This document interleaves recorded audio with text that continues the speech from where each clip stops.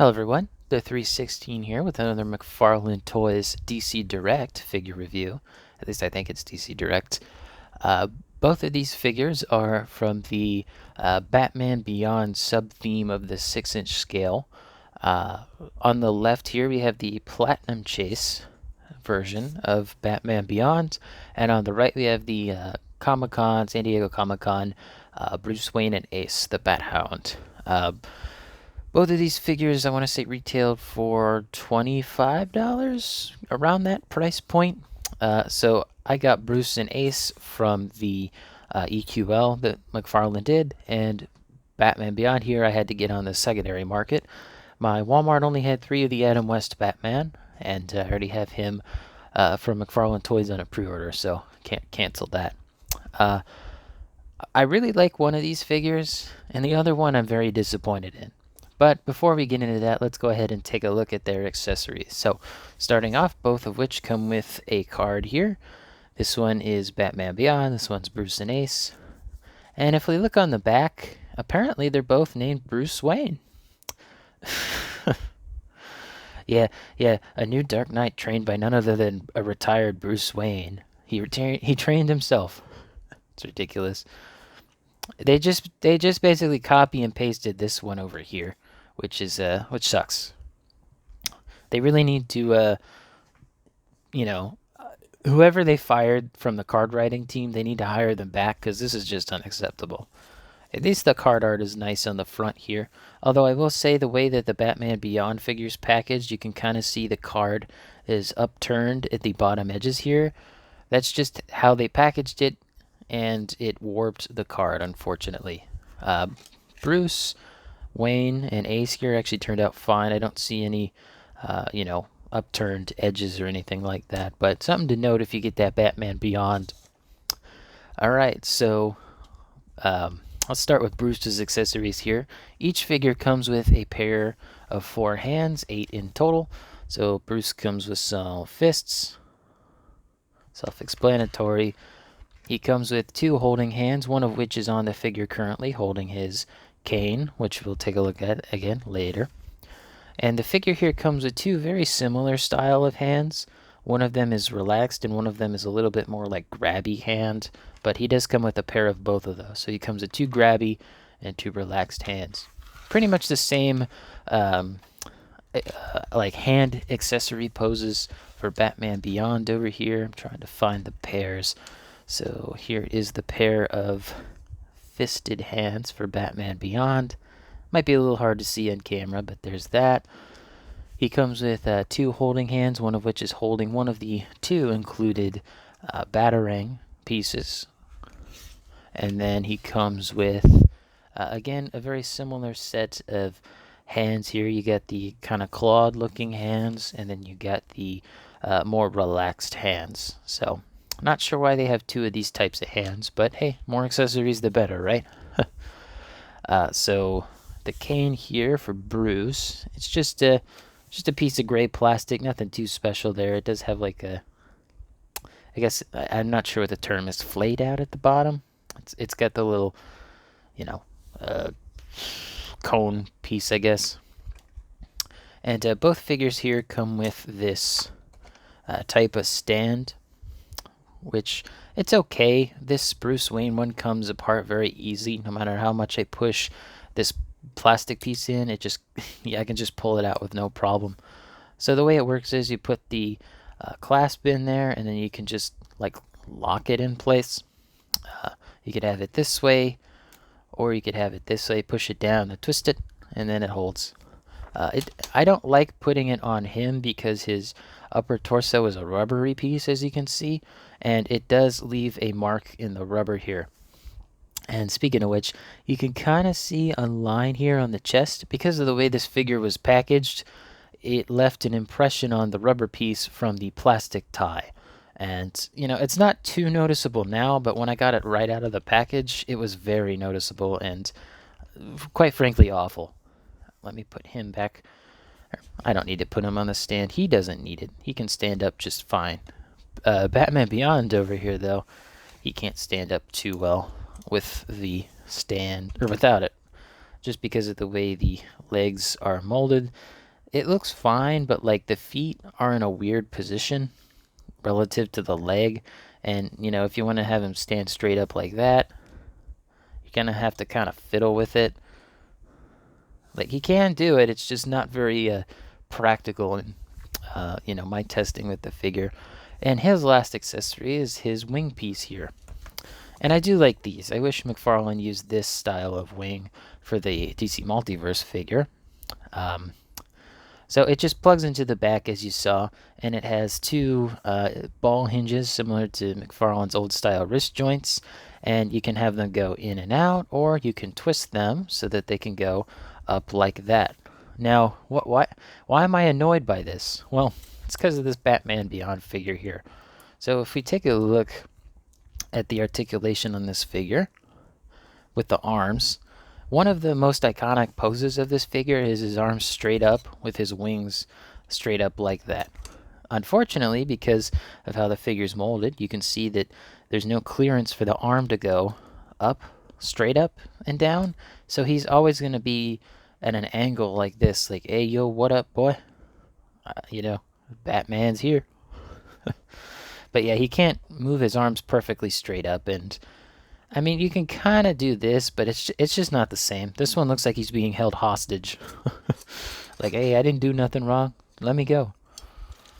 But, you know, if you want to... Again, it's not great. I wish that he actually had more articulation, or rather, free movement of the arms rather than that overlay piece. Or, better yet, that overlay piece on the torso.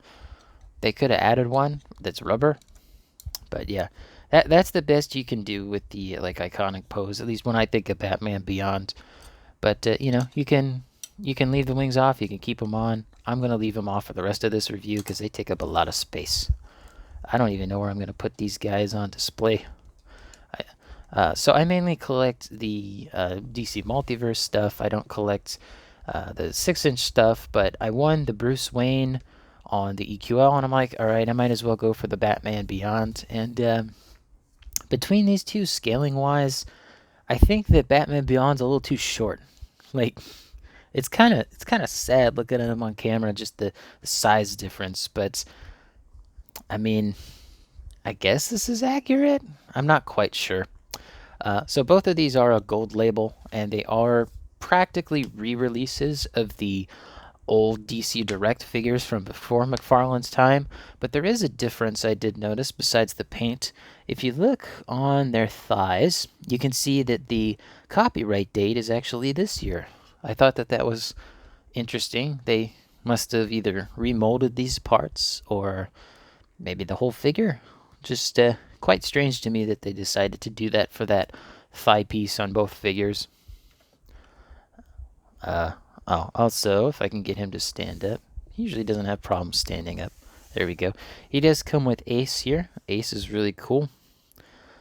You know, nothing too special here, but he's got a decent amount of head movement. He can't really look up all that far. I'm actually going to get these boxes out of here. It's not focusing, but yeah, there's Batman Beyond's box. It's a platinum. That says Batman. That says Bruce Wayne and Ace. And then here's the back of the figures. Same artwork as the card, basically. There you go. And since Batman Beyond's in stores, here is the bottom of the barcode if you're looking for that. Interesting to note, this does say San Diego Comic-Con gold label. Just, why is that interesting? Well, because Bruce Wayne and Ace was the San Diego Comic-Con gold label, and that says that on the bottom. So, not sure what they were doing that for. Beats me. Anyway, back to the figures. As I was saying, Ace here, he's got a decent amount of articulation in the head. You know, he's got a little bit of pivot too. Legs wise, he has, you know, just a, like, I guess a hinge joint. I don't think this would be considered a hinge joint, but you know, you can't really have him lay down. This is like the best you can do. I mean, you could kind of do this, but it just, that does not look right. That does not look right. I'd like to have him lay down, but oh well. He also does have tail articulation here. There is a little, I guess, ball joint in there, so you can kind of get some decent poses. Although I do fear like I'm going to break the tail Like, it's a very small piece, and I, articulated at the edge. It just, I fear over time that this piece may become very brittle just because of where it's placed. But yeah, Ace, pretty self-explanatory, not much going on there. I'll start off with Bruce here since he was the first. And this is actually the figure I like of the two. Besides the issue with the rubber and the plastic tie making a mark on the torso, I do like this figure more than the Batman Beyond. I'm actually disappointed in that figure, and I showed you one reason, but I'll keep getting into it. Yeah, this is just a good 6-inch action figure. He's got some heft to him. He's, proportioned how he was in the cartoon, and he doesn't have too much articulation. He shouldn't. He's an old man, but he could still like hit you with his cane. You can have him do something like that, like right. He does have some hip rotation, I guess, hip swivel. I can't tell exactly where it's swiveling. I think it's at the top of the pants that are underneath his shirt here. I do wish he could sit down though without messing up his rubber piece. As you can see there, over time, if you leave it in this position, it's going to warp. And, he can't get his legs to a full, 90 degree. So he's kind of stuck like laying back a little bit. It doesn't warp the plastic too much, but just to know. He does have the same like articulation issue as Batman Beyond, but again, because this is a rubber piece, he can almost get to straight up and down. It's just doesn't want me to. I think there might actually be a hard piece of plastic just a little bit deeper in there. And it also might be because of how the arm is molded. When I look at it, you can kind of see how there's like a line, a diagonal line in the shoulder there. So it probably, stops him from being able to do that. In person, I thought this was like a black color, but it's kind of like a very dark brown. I mean, on camera it looks black, and that's probably what color it is, but in this light here, it has a brown hue to it that I was not expecting. And then here is the, face and head sculpt. It looks pretty good. I think they did a good job on this. It is different from the DC Direct one. I don't have that. I remember seeing it and think, oh, I'd like to get that. And then a few months later, oh, it's like $300 on eBay. So I am glad to have both of these, but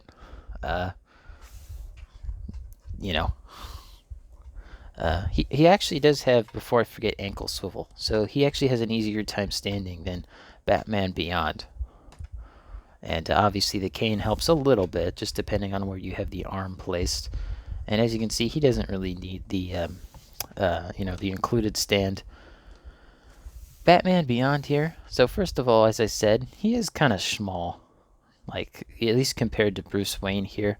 Also on this side, I can't seem to get his hand all the way into the joint. He has a similar articulation setup to that Bruce Wayne there. Obviously, I showed you the arms here, and he's got the hinge there. And I think, yeah, he does have hinges at the hands, but like, I do not want to test that one. That one felt like it was going to break, but he's got hinges at each of the hands. The head here, decent amount of movement. Nothing too special. He's got this swivel here. And then he's got the split. And of course that can, go forward or back. He's got the knee here. And I do think that there is a knee swivel, but no matter how much, it just does not feel like it wants to move. So if anyone can confirm if he has a knee swivel or not. It definitely looks like he does. But I am not going to chance it. He has a knee swivel. I'm pretty sure he does. Oh, I guess he doesn't have a knee swivel.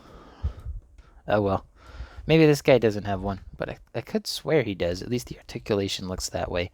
And then his foot here is on a hinge. It's on a pivot as well. It is on a pivot, but there is no ankle swivel. So his feet are stuck in that position. So you kind of have to get maybe just a little creative with the feet, just because of how they sit. I can already stand him. Let's see, come on. Yeah, see, this is one of the issues I have with his Batman Beyond. There we go. I mean, visually speaking, both of these are a spitting image of their cartoon counterparts, but because of that, it limits the articulation in the shoulders, and I don't like that, especially for Batman Beyond here, when they give you, his wings there so that you can actually do that iconic pose where he's got his wing parts straight up and down, but he can't actually do that with his arms. It's ridiculous. It's annoying. Oh, and in case you wanted to see how the wings go in, there's just a porthole, and like that. That's all you got to do. The wings are nice though. I do wish Mcfarlane did this for his DC Multiverse line instead of giving us that like swivelly one. Yeah. Also, this was a platinum chase variant. There is no standard release of this. The only way to get this is to get lucky at a Walmart and get there before anyone else gets to the box and buy it, which sucks. It really does suck for this particular character. One of the most popular forms of Batman, and it's one per box. That just sucks. There's nothing good I can say about that. I hate these platinum chases, and I hate having to track them down. Ugh. And obviously he was a Comic-Con release, but I have seen him online in a few places. I think Nerdzoic had him for Bruce Wayne. That is, Nerdzoic had him for like $30 or less, so not too bad, all things considered. Between these two, I would actually recommend Bruce Wayne and Ace, but Batman Beyond here, I'm all on the fence about. Again, I am glad to have him, but I just can't stop but feeling a little disappointed. One other thing to note is that these I wouldn't say they're sharp, but they're very pointy. Like, it's not gonna draw blood unless I'm like really, vigorous with it. But just these are a little pointy, so be careful.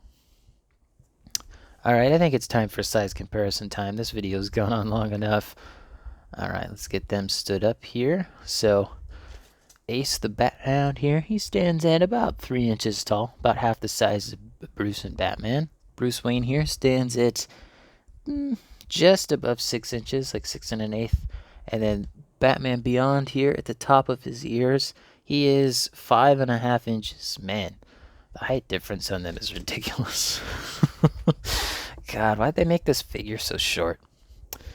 Anyway, let's go ahead and go on to our size comparisons. I'm going to grab the DC Multiverse versions of these figures. We have the Crypto.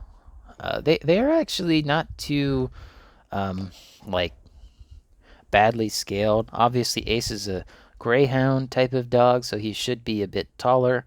But these two being the same like size doesn't seem too bad. I honestly don't mind this. So yeah, you got Ace and Crypto. We'll keep Crypto in frame here. And then, of course, I got to bring in the Mcfarlane DC Multiverse version of Batman Beyond. And let me see if I could get the Page Punchers one off my shelf. I forgot to grab them out of the box. But get the Page Punchers one that I got signed by Will Friedle. I'd show that off, but it's got my real name on it. But yeah, there's the 3 versions of Batman Beyond I have in my collection. And do we have any others I want to show off? Don't think so. One thing I'd like to point out is, while I like the red on this one better, the logo on this one is much better. And also it shows up really nicely on a black light. Alright, let's get our usual suspects in here. I am going to move Ace. We'll put him in between. There you go. Starting off with Multiverse, we got Atrocitus here.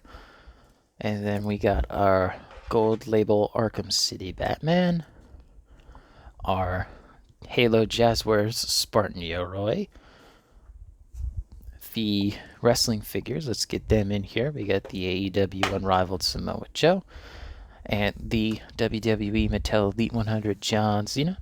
Moving into our 6-inch scale, we got the Marvel Legends Scarlet Spidey.